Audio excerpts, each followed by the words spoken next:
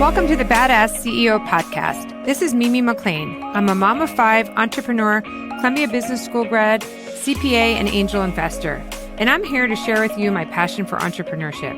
Throughout my career, I have met many incredible people who have started businesses, disrupted industries, persevered, and turned opportunity into success.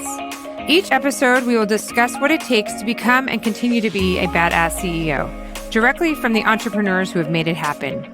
If you're new in your career, dreaming about starting your own business, or already an entrepreneur, the Badass CEO podcast is for you. I want to give you the drive and tools needed to succeed in following your dreams.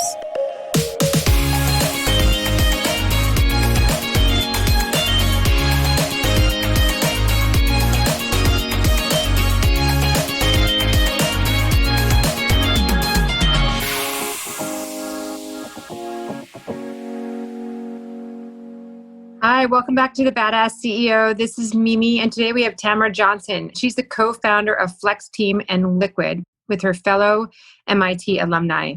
FlexTeam is a mission-based micro-consulting firm doing on-demand business projects, including market research, competitive analysis, financial models and analysis, and business strategies.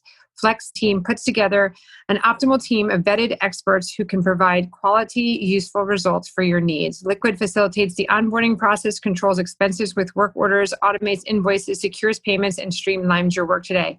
Thank you, Tamra, so much for coming on today. I'm super excited to hear about your 2 businesses and how you can help our listeners as well as they grow their businesses. Thank you for having me. Yeah. So the first question, I remember you were originally starting out the business. I don't even know how long ago when I first met you, you were like talking about the idea. Was that like 6 or 7 years ago? Yeah. So I'm excited to hear like how you got the idea and how you like jumped in to do it. Yeah, that's exactly the right time frame. I think the idea probably was about a decade ago, but then, sometimes it takes a little time to get the idea and get it to start moving. But when we met and we're talking about it, it was wanting to bring together kind of population of peers and friends that I saw who were really experienced professionals who had done a lot of things, but were starting to have families and wanted to have time for families while also still being engaged professionally. And so that was where the idea for FlexTeam came from. And my business partner, she had people coming to her wanting C-suite help, like, hey, can you come and help my company part-time? Or can you come help me with some business strategy? So we just saw a chance to kind of marry the 2 sides together. And we started, it's funny, we sent an email to my sorority alumni list and got 50 women to respond to that and fill out a survey. So we were like, whoa, wow. There's a ton of totally untapped talent. Like we knew that, right? But it was a very quick confirmation of what we thought there. And so that was the beginning of it, just very manually, people we knew that were running businesses that needed help, matching that together with the experts that we had access to from our peer network. And then through, over the course of 5 years or so, have developed a lot related to how to best screen and find the best candidates to work in that way, how to package up the projects for the clients to lead to success in terms of doing things on a micro project basis, and also built some software to help us scale and manage projects, since we were, from the beginning, was always distributed teams. Now with everybody working from home, people were much more used to, we're not all sitting in an office together. But 5 years ago, the work from home population was quite a bit smaller and people weren't quite as used to working that way. So that was a story of FlexTeam and how that came into being. Oh, that's great. Now, so tell me, where does Liquid fit in? Yeah. So then that's kind of continuing the story. We, in building FlexTeam, learned a ton of things, still learning things, but learned a ton of things. And one of the things we learned and realized was what were the challenges for clients in tapping into outside vendors in terms of people that are not your normal full-time employees, but people that are working on, whether it's an ongoing contract basis or just bringing somebody in for a short amount of time. And so we started to see the issues kind of from the onboarding and contracting through defining your work order project really clearly, and then doing the invoicing and payments, kind of what were all the pain points along the way. And part of why people don't tap into individuals for smaller projects is there's an overhead in doing that. There's a lot of paperwork and there's a lot of things you have to do. And if you're only going to engage somebody for a short amount of time, maybe it's not worth doing it. And so about a year and a half ago, we spun out a separate company called Liquid. And it's a software suite to help you better manage your Liquid workforce. And so your Liquid workforce is anybody that's not your full-time employees, but people that you work together with in a Liquid way. And so, yeah, literally Liquid came from FlexTeam and our lessons we learned there. And funny, we're talking this is the 16th or 15th of October. We literally launched Liquid 2 days ago. So good timing on. Oh, you just launched it. Yeah, literally launched it 2 days ago. So it's been the software that's Congratulations. existed. Thank you. It's existed since last fall, but we did come out of beta just on Tuesday of this week. So yeah. That's so exciting. Do you have a whole separate team or are you kind of doing both? So FlexTeam, it's a workforce of contractors that do all the work and projects there. So I'm still managing it, but not spending a ton of time. I have some great project managers that the work comes in and they're the ones actually managing the projects and making sure that it gets done and that our clients are happy. And so myself and one other person are there kind of as general overseers, but it's really the project managers and then the FlexTeam workers that are doing the meat of what's happening there. And then Liquid, it's myself and I think we have 6 other full-time employees now, as well as some contractors. And so that's the size of the team over there right now. So yeah, but ended up making them 2 separate entities legally. And then it's primarily 2 separate groups of people. So can you talk a little bit about your background before you started these? Was this completely out of left field for you or is this? Yeah, so I'm an engineer by background, an aerospace engineer. So I worked in the aerospace industry for a decade. That was my first career.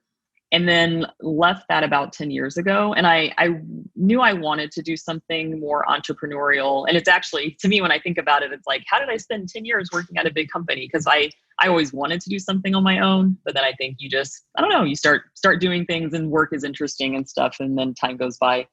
I did decide like, okay, if you're going to make a move, you need to do it, right? So more time doesn't pass and go by. So left, like I said, about 10 years ago now.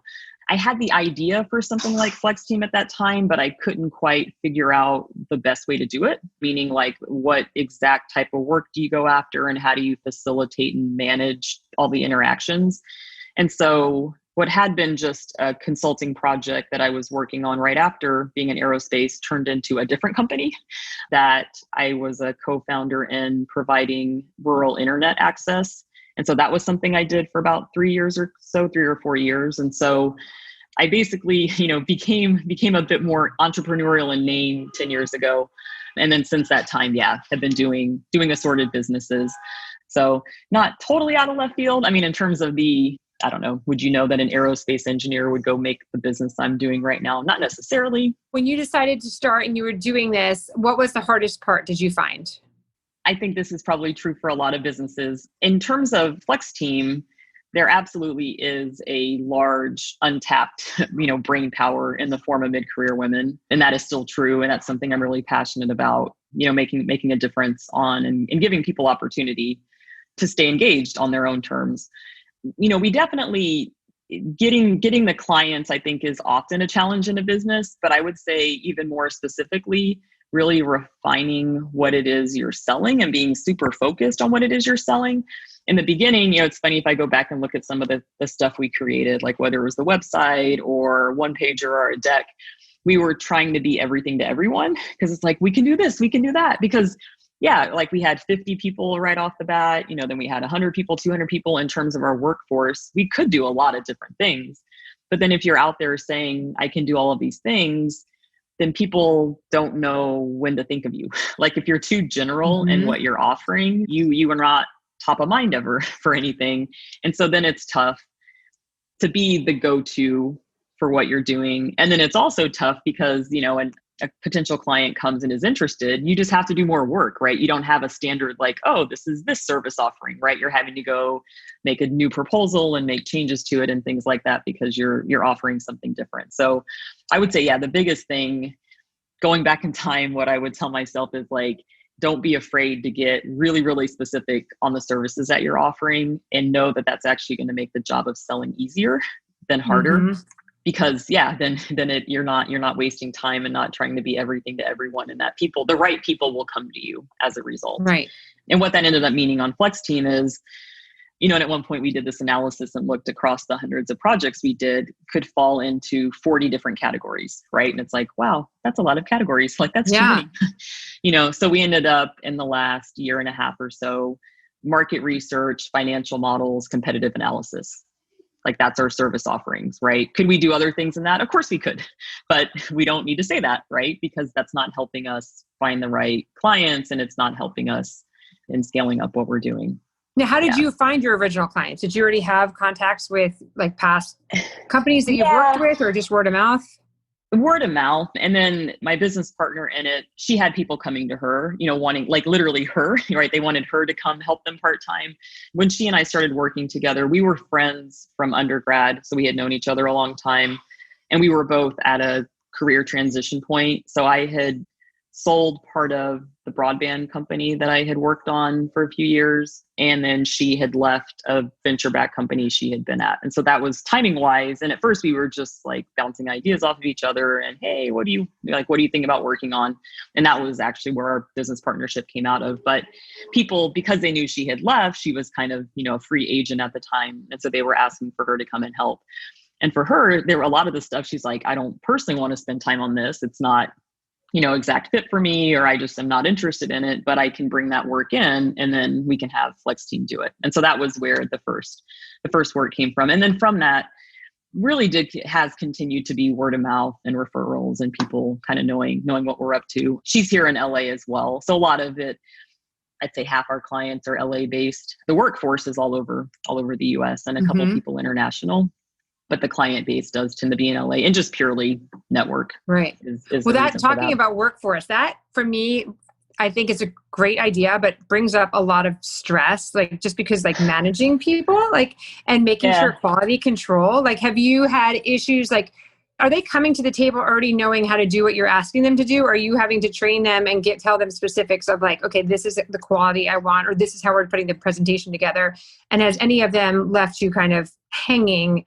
There's tons and tons of lessons related to that. And there's actually another person who she's been working pretty much, almost from the beginning on this as well. And she's also now working on Liquid with us, but she had been really focused on the people operations side of it and came up with a pretty rigorous screening process from, part of it knew going in, we needed to be rigorous about screening people because, like the quality of FlexTeam is only as good as the quality of the product we put out. But then definitely things we've learned along the way. FlexTeam people have never physically been together in person, right? It's always been a distributed workforce. From very early on, there was always a project manager and a main contact point for the client, but the project manager could have a team of people they're managing, right? So sometimes the project manager does the whole project. Sometimes they're working with a group of people. And so needing to make sure that both you have a really, really good project manager as well as the workforce that's supporting them have all been things that we've, had to screen for and make sure that we are figuring out and having really great and solid people working on things. So there's questions that we ask. We have people provide work samples ahead of time. We have people do trial projects before doing a project. And I shouldn't say not a real project. People do trial projects on real projects, but we'll have two people working in parallel. So we can see, like literally they're working on something that you want to develop real product for it. And perhaps we can end up delivering some of the real product that they are creating, but want them to have the experience of working on a project like this. And then I'd say another big part of it is the asynchronous communications, meaning we use Slack for a lot of our project management, as well as some tools we built ourselves. And being able to get your point across clearly and concisely in the written word is not a skill that everybody has, but that's a very important skill for the workforce we have. So you have to, be able to get to the point. You have to be able to understand directions. Like most of our stuff, we're not picking up the phone and talking to people, right? It's all just, we're working in shared documents, working in chats and stuff like that. And so we definitely, those are skill sets that we're having to screen for and make sure people have. Part of the beauty of, and this was also intentional from the beginning in FlexTeam, is that from our client's point of view, you're buying services from FlexTeam. You're not hiring a specific resume or hiring one person. And part of our reason for that is we wanted to have the ability to plug people in and have them come out, both over the lifetime of engagement with the client, as well as on a particular project. Because we've had some times that it's, for whatever reason, something didn't go well and we need to recover from it. the client should not have to know that, right? Right. We have a project manager managing the project, whether it's, what, that person wasn't the right fit for this, or life happens, right? And that's not just because these are moms dealing with other stuff. Life happens all the time, right? So you need to be able to, suddenly this person was not available to finish the engagement. Well, we can come and bring another Flex team person in and finish that. And so that's how we have handled that and have recovered from the times that it doesn't happen that often. But definitely there's some times that it's like, guess what? We've got a lot of awesome people. So you're able to bring somebody else in to get it. Have you self-financed this, both companies? Flex team has primarily been self-financed, and then from the money of, of projects that have come in to continue to develop the company. We spun Liquid out from Flex team, and last summer got our initial friends and family funding. And then last fall, Liquid last summer went through the Techstars Accelerator program here in LA, and then got some additional funding in the, I guess it was like October or so timeframe. So anyways, we've gotten pre-seed funding in Liquid. And so that company is on the external investor venture funded path. And then Flex team is continuing to live off the cash that it generates. Well, we met obviously in the angel investing world that we started in 7 years ago, and putting my angel investor hat on, looking at this, like both companies are amazing. Flex team, I see it more as, it's great for you because it's like a bread and butter. That's just a cash. Right. Nope. Totally. Can scale up and down. Right. Right. Whereas Liquid, I look at it like the economies of scale, if I understand it correctly, because you said it's a software play at this point, it sounds like. So that's like the economy of scale there is huge. Yeah. Yep, exactly. Who would you say Liquid's competition is? Yeah, it's funny. That's a conversation we have very often, especially as you're, getting ready to launch the product. The thing that we've realized is pretty important this year in terms of what clients care about the most is the payment, like actual payment of their vendors. And what's out there right now, there's a few different things. A lot of people have used Bill.com for a while to pay vendors. And so a lot of startups to medium-sized companies use Bill.com. So definitely would say that's one. There are some others that are newer companies that have gotten funding recently, one called Deal and then one called Melio, that are more focused on payments. Payments are international, paying people internationally. So those would be the ones that are, a little newer companies, but trying to kind of go after the same market that we're focusing on. One of the things that we've been able to do this year in the time period of coronavirus happening, we were actually going to be launching, I don't remember the exact date, but within a month or so after coronavirus lockdown happened. And then we were like, is this a good time to launch? Maybe not. And so pulled back a little bit in terms of we're not doing a public launch at that time, but realized there was an opportunity for us to do our own internal payment function. And so rather than using a third-party provider to do the payment processing, we kind of over the course of the summer built that out ourselves. And so we're working with the bank, and now we control and have the ability to pay both US-based vendors as well as international vendors. And so that was like our big, I want to say a good thing to come out of coronavirus is if that hadn't happened, it was something we knew we wanted to do.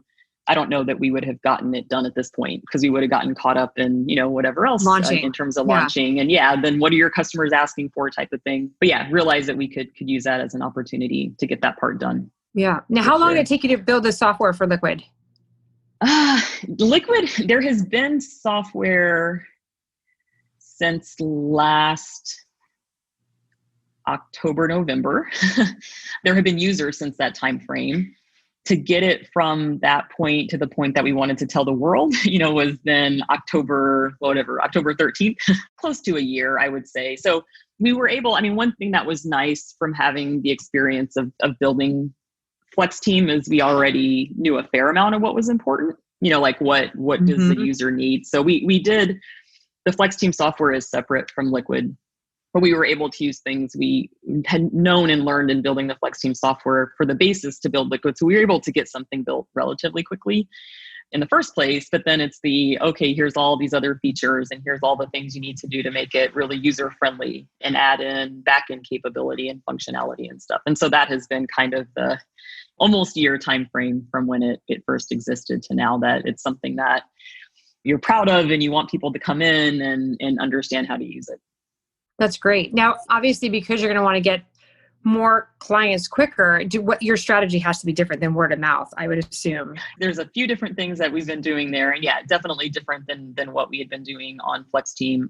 We've been doing some kind of growth hacking of, reaching out to people on LinkedIn, other social, not paid social, but literally just trying to reach out to interested parties, telling them what we have to offer, and then trying different messaging, offering up demos, offering up videos. We have a lot of content that's been created to bring people in, with different keywords. And if they're looking for how to manage vendors, how to pay internationally, what does it mean in the state of California, all these different things that people might be looking for that they can then, discover Liquid and come in. That's one thing we've been doing for a little bit. Another part that we're really starting to focus on now is using the networks we have and sending emails. Kind of the same, like offering up demos, offering to handhold and get people start up in the first place. My LinkedIn, the people I'm working with, their LinkedIns. So it's a very aggressive word of mouth in a way, but I guess one nice thing, we're all in our 40s. So my point of that being, we all have decent networks, right? Like we're not brand new. We're not, maybe we don't have like the crazy young energy of people in their 20s starting a business, but we also have a lot of contacts of people that this product will be great for. And so, starting with that and being pretty aggressive on that. And then I think the goal is by the end of this calendar year to be really then refined in on, okay, like our hypothesis is these are the people we want to go after. And guess what? It's exactly these people with this job title and companies of this size serving this industry. And now let's go more broadly and really target going after those people, with more paid methods. That's great. That's great. So what advice would you give an entrepreneur? Like anything that you've learned at this point? I think like when I go back, the 10 years ago or so when I was still working at a big company, there's probably never a good time. Like you can always be like, I don't know if I should go or not go. And if you, meaning leaving a normal steady job, if you keep coming back to this, I want to do something on my own, or I want to build something on my own, you just have to go and give it a try. There's never going to be a perfect time. You can have an idea and you can put stuff down on paper as much as you want, but until you actually start doing it and start putting it in the world and getting real feedback, you learn by putting the product or service in the world and seeing how the world responds to it. And so you're going to learn a lot more from that than sitting there like trying to keep thinking over the idea and try to make the idea better. So I would say that's the other, just you have to at some point just go do it, and then you're going to learn, and that's okay. And that's good actually, right? Like the good of, even like right now, what I just shared we're doing with Liquid, the beauty of it is our customers and potential customers are going to help inform us on the right way to sell our product, right? Like we have a hypothesis and this is what we're going after and trying it first, but it's cool in a way to think about it as a lot of experiments. Like everything we're doing, it's experiments, and you're learning from that experiment and then doing the next thing and doing the next thing. And from all of that, you're building this bigger and bigger business of learning off of what you've done. So if you enjoy doing that, then maybe entrepreneurship is good for you. If that seems super scary, maybe not, right? I don't know. Depends. Now you're a mom. How do you juggle it all? Like, do you have a morning routine? Are you getting up at 4:30 a.m. and making sure you have time for yourself? Yes, I get up early. Partly like I like to exercise in the morning. And so especially since the school year started, I'm usually exercising by 5 or 5:15. So that's like my time alone every day, which for some people, maybe that makes them think, I don't know, that's crazy, but I love it. And it's just like a great, I don't know, it is my time alone. I know it gets done. I just physically feel so much better when I've done that. I like right now, with the pandemic going on, I have a son in first grade and then a 3-year-old. So the son in first grade is on Zoom doing school, which has worked out pretty well. He does a great job, and I'm impressed that a 6-year-old can do, what he's doing and hang with it. And so we're kind of used to things on that front right now. I do have a part-time nanny that helps me with the younger son, because there is no way. Even honestly, my 6-year-old would have a hard time doing class if his brother was around, right? So she comes in the morning and helps me with the younger one, as well as some stuff around the house. And the younger one takes a great nap still. So in the afternoons, that's part of how I'm able to have a part-time nanny, is the younger one sleeps in the afternoon and I can keep working. I'd say my husband during pandemic times has shifted his schedule. So he always has gone to work early.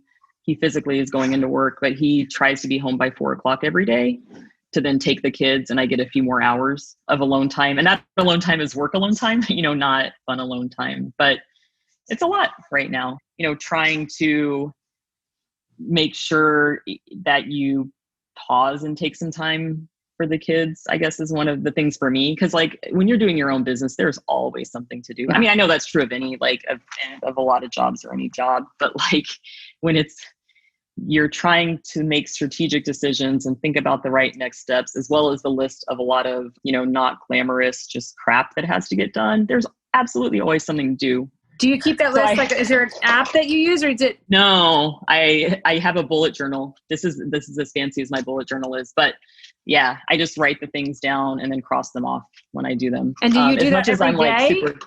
Yeah, I do I don't know. I'm not like the hardcore bullet journal person, but once a month, I will go through and I'm always kind of like things that are not crossed off still have to be So you done. don't do that all in a day? No. But this was yesterday's to-do list that I haven't done. Right. Okay. But then you see stuff from earlier in the week has X's on it. So no, it's not a get up and what has to happen today. It's just, these are things I need to take care of. And then when they get done, you cross them off. And then at the end of the month, everything that didn't get done, either you intentionally never do it or you copy it to the next month. Right. Okay. Which actually for me has helped some with the things in the back of your head that you think or know you should do. If you haven't done them in a month, do you really have to do them? Right. So let them go. And so partly like the act of writing it down, then it's like, I let it go. I don't know. So that part has been good for me, because otherwise I'm the type of person that'll kind of keep it in the back of my head. I never did that thing. And then it's like the world moved on and didn't care that you didn't do the thing. Right. And if it was really a priority, you should have found time to do it in a month. So this has been awesome. I thank you so much. Congratulations and good luck with your new company. And I appreciate your time. Yeah, great catching up with you. Okay, take care. So if you wanted to learn more about Tamra and her two companies, please check out my website, The Badass CEO.